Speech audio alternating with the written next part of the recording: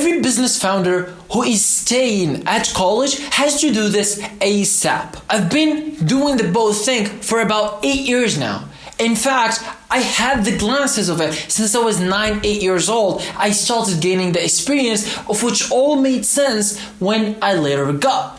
So now I realized that after all of these years, I literally just started the service 9 months ago. It all comes down to this one thing that you have to do. I promise that after this video, you will be able to keep going with your business foundation, and also you will be able to stay at college. And the thing is, you have to know how to do them both and do them correctly. And the way that I'm going to do it, tell you the story, give you the lesson, then I'm going to give you the secret of mine. Okay, so now you have to comprehend it. It all makes sense in a second. Is that at a very young age, I was 8, 9, I was starting all of this business venture. Whether that being selling water, that being selling fireworks, whether that being selling games to my neighborhood or the people that are in the market, etc., etc. I got the hang of it, and I liked being a businessman. That's all what it is. In fact, I remember we were eating a lasagna. It's not lasagna, but it's close to lasagna. I was eating a lasagna, and all what I was thinking about is like, how can I sell this? I act as if someone who sells lasagna. I'm like, oh, this is 2 pennies. And I just put it and I ate it. And then I'm like, oh, you want 3 pennies? Oh, get it and eat it. The thing is, I was loving that situation, that feeling of being a business owner, doing something for something. I'm going to give you service, product, whatever it is. You're going to give me money. I love that. And the thing is, 1 penny, 2 pennies, 3 pennies, 40 pennies, that was awesome. You understand? And it was not the type of guy that was just come and consume it right away, whether I'm going to give it to my family, help me, I get a liter of milk. I love that, and I remember that. I still remember I got my mother a liter of milk. I was young. That means a lot to me when I was 8, 9 years old. Right? Especially growing without a father figure in the house. Since I was 3. That's what it is. So you see, it's like, before you say it's just another guy who's trying to do whatever, it is the truth. So I'm not saying that my father is alcoholic just to fucking gain your attention. No. I'm telling you the fucking story, and it will all make sense in a second, because this what made me do the stuff that later on you will see. Okay, so I was going through those phases, but that was not it. So when I got to the last year of high school, I realized that, I have to start a business. I started reading the books, the self-help books, you understand? There is Think and Grow Rich, all of the habits book and stuff like that. I realized that, now I have to do it. And I have to do it the right way. I have to stay in college the hardest year in school, and also I have to make a business. So we started it. It was going good. However, a few months later, I was forced to stop in order for me to focus on the final national exam. Because look, being honest, for the entire year, I was only doing business, making content, doing stuff like that, just like to help my business grow, and doing college. So and doing school. That time's called school. So now, of course, I'm going to have to prepare for the exams to cut everything off. The thing is, past the final exam, I'm back to it. With the business, with the stuff. And even that, I lost a few businesses along the way. In fact, I was going about, 6 months later, after I finished the national exam, I started this business venture. Okay, so I started my second business venture then, and I said, you know what, it's seasonal, it's like one time thing, 1 month thing, and I'm gonna do it, and I actually lost. And if you're a business founder, you know what it means, especially if you're going all in and bring everything on the line. I literally didn't get a haircut for about 9 months. And the reason was, I literally lost in a business venture. If you think that wasn't easy, or was easy, you're wrong. It's not. But I learned from it. And I realized, you know what I realized from all of that? Is that I have to, 1, know what I am getting myself into. 2, have more experience. 3, study my avatar. Study my customer. Know them better. 3, 4, not put everything on the line. I was even talking to my friend here. His name is Adam Astab, great YouTuber. He does gaming, and at the same time he's a great freelancer and editor. I was talking to him and I said, you should not spend all of your money and invest it all. He said, wait, what do you mean? I said, this is what I'm saying. You should not invest all of your money. He said, dude, I don't do that. I have to spend all of my money. I said, no, you don't understand. you should not invest all of your money. And the thing is, everyone who've been, because I know his mindset, we had both the same mindset of invested all in. And I was explaining to him how I lost in the business that actually costed me to be broke for 2 years after that. And the next 9 months, I didn't even get a haircut. And the thing that you get from it is, don't invest all of your money. The Richest Man in Babylon, I just read this book about 1 or 2 months ago, taught me something. This is big. I read one of the greatest entrepreneurial books of all time, and I learned this one thing. The book is Richest Man in Babylon. The one thing that I learned from it is, and basically the essence of the book is, if you are paying, if you have a job, you have something that you get paid, whatever it is, whatever type of job, and whatever the price is, whatever the paying is, you have to spend whatever you want, but you have to keep 10%. You keep 10% of every month. What you do with that 10%, that's not for you to touch. You're going to get it and you're going to invest it. And it's not your stock market. This is the Richest Man in Babylon. It's a city that's supposed to be old, okay? But the Richest Man in Babylon, the world doesn't have technology, okay? Because it talks about principles on how to make money. It looks like the Think and Grow Rich, but it's not that. But it's really similar in the ideas. But the thing is, he talks about investing too. And he says, when you invest that money, you want to invest it in someone that knows what he's doing. And he quote unquote says that you don't give a brickmaker and invest in jewelry. He's not going to give you your money back because that's not his industry. But you're going to give a jeweler.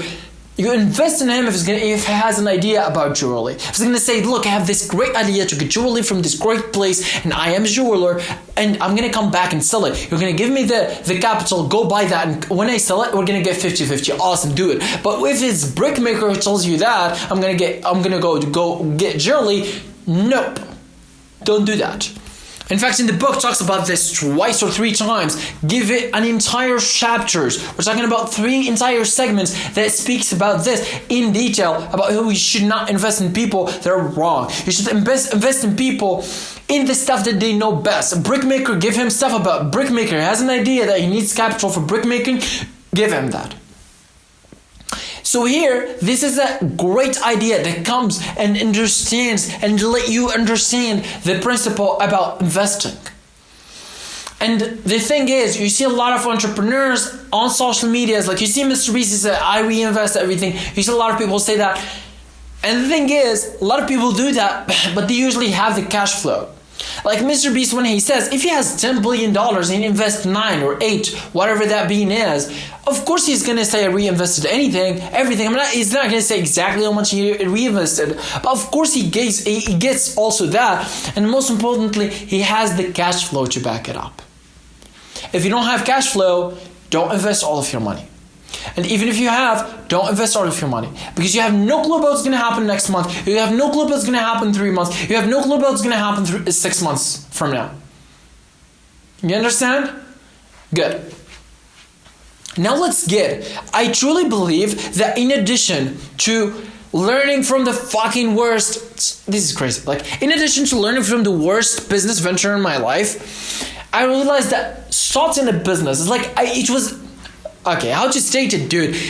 It's so awesome of an idea. It's like the number one lesson that I understood from losing in a business venture and being broke for the next few years and actually not getting a haircut for 9 months, it was knowing how to build a business. So doing the opposite of what I did that time.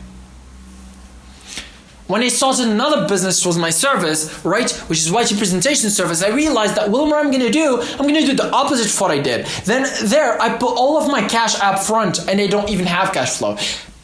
This time, there's no cash up front. It's my skills that will give me the leverage. It's my experience. It's my almost a decade of experience. Now use it as leverage. I didn't know my avatar. Here, I did. My avatar know him because it's me. It's people who are in the same situation, so I know them best and I know how to talk to them and what they want. There, I didn't know the business. Here I know because I literally studied it and I learned the skill. And that's what you want to do too. That's really what you want to do too. Especially if you want to stay in college and also start a business. Because Staying in college also requires you a lot. It requires a lot of time, requires a lot of energy, requires a lot of attention, requires a lot of brain cells, a lot of brain work. If you don't know, your brain is the biggest consumer of energy. It's like if you eat sugar, your brain eats a lot of that. You understand? And being in college, being a business founder, that's a very mental work. You're literally doing mental labor. You understand? Like, so you see people that are laboring, you are laboring with your brain. Obviously, this has pros and cons. The cons that your brain is getting exhausted. Not getting exhausted, it's like using a lot of energy. So you want to do it right. Isn't that correct? So the number one thing that I learned from over the years of doing YouTube, doing business, and also being in college will be one thing, is that know who you speak to and know who is your reference group. When we're talking about speak to, is your network. Okay, you don't let anyone get into your network, gives you his energy. If someone has negative energy, always complaining, you should cut him off. Your unconscious mind has no clue about what he's talking about. He just knows if it's positive or negative. Guess what? The unconscious mind is the literal creator of the universe. He's literally creating yourself as you're going. Okay? Obviously, this is just a comparison, but the thing is, look, you have to understand what happens in unconscious mind is literally what happens here. And there is the reason why when I was in college, my first year in college, I was always repeating this. It's like, even if you study all the time, if God doesn't want you to succeed, you will actually lose. And guess what happened? I was the 8th in the class and I lost. How ironic is that? It's not ironic, it's fucking brutal. When I was lying, when I was literally crying, my mother was crying, all of the misery I went through just because I said one statement and I repeated it all the time to everyone, including myself. That's the power of unconscious mind. Now what I say, even if you study nothing, if God wants you to succeed, you will succeed. That's what it is. Just use what you want to believe in. Don't make your words against you. Your unconscious mind has no clue about you if you're lying or saying the truth. Okay? Has no clue about what's happening. If you're watching a video or seeing online, he has no clue if that person is real or not. He just understands thought vibration, emotions, also understands logic or desire.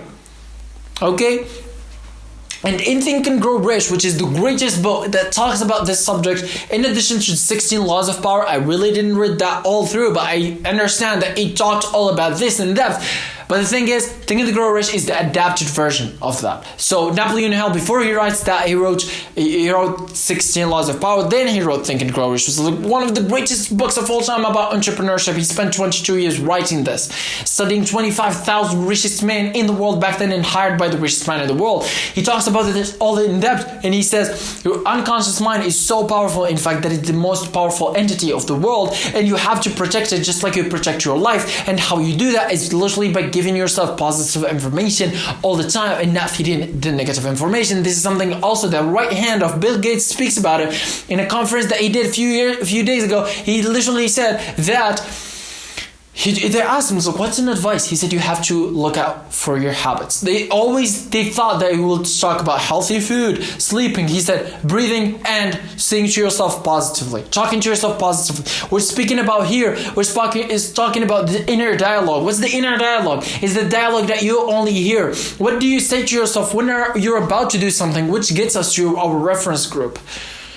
Ask yourself, if there's one question that you have to ask yourself that will make your decisions or whatever it is that you do with business, content creation, or staying in college, whatever it is, will make you way better, is focus on your reference group. I want you to do this business venture. I want you to make this business decision. Or I want you to do this thing in college. Good.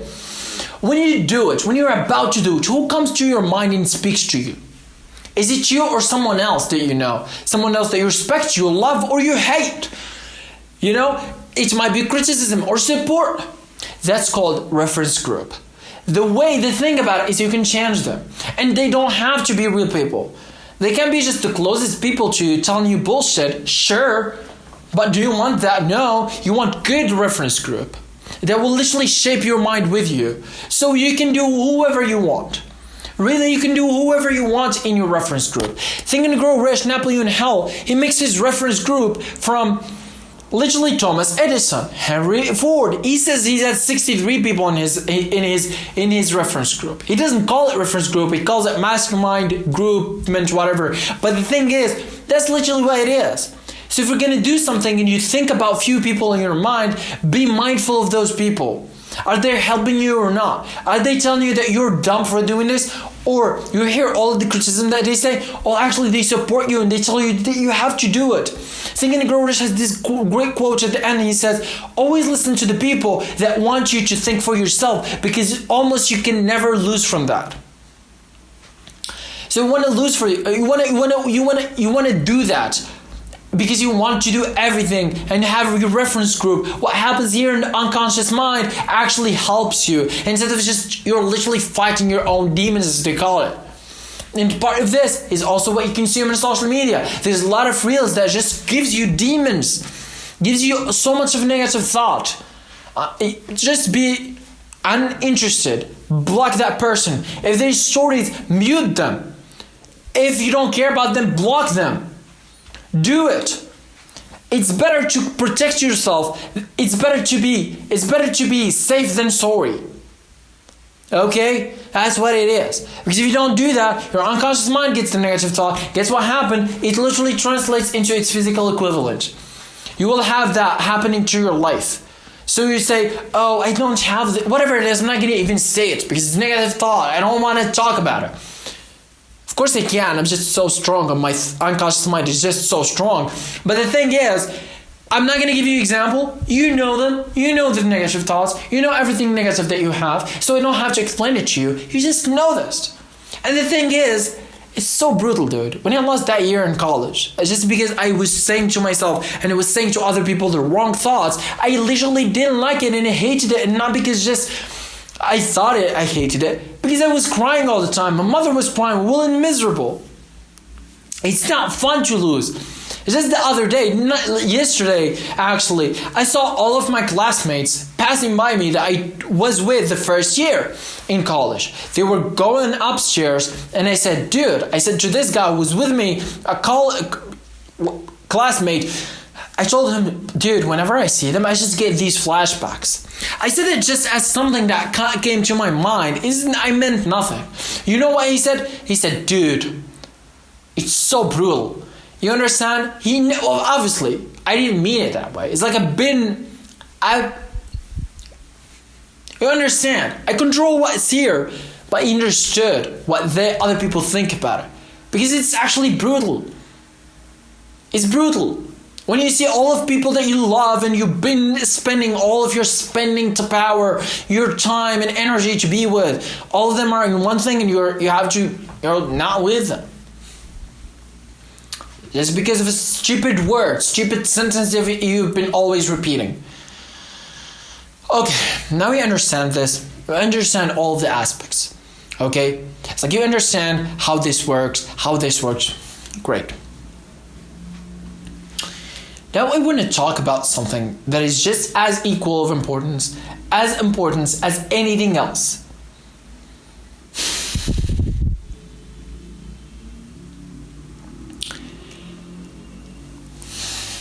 It has to be what you consume on social media. If there's only one thing that is a deal maker or breaker for anyone who's trying to be in college, build that business, is literally what you consume on social media.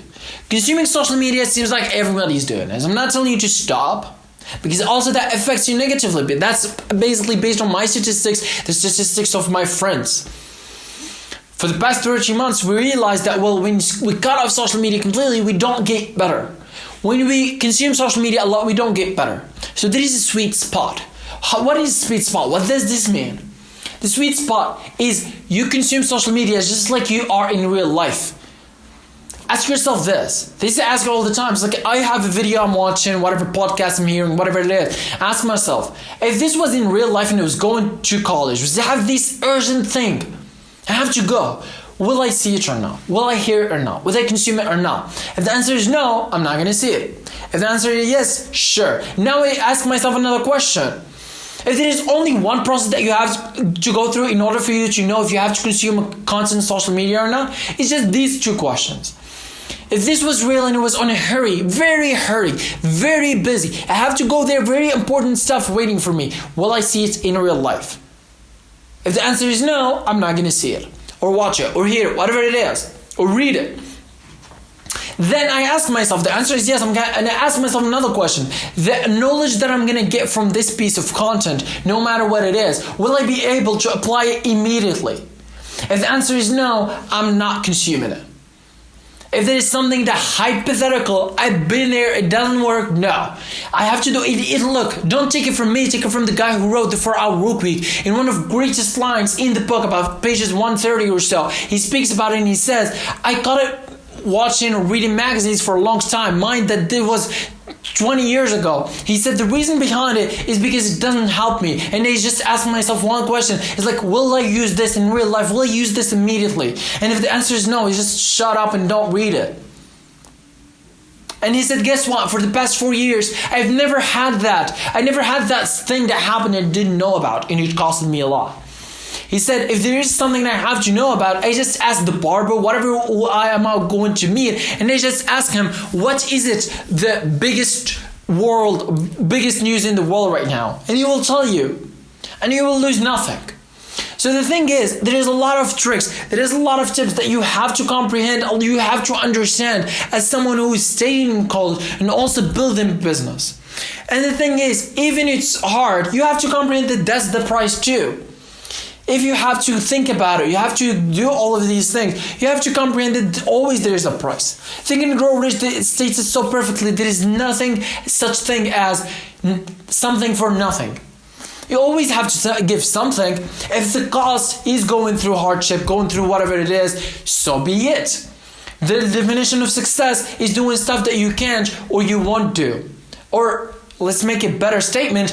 The definition of success is literally doing stuff that other people can't or won't do. They're afraid or unable to do it.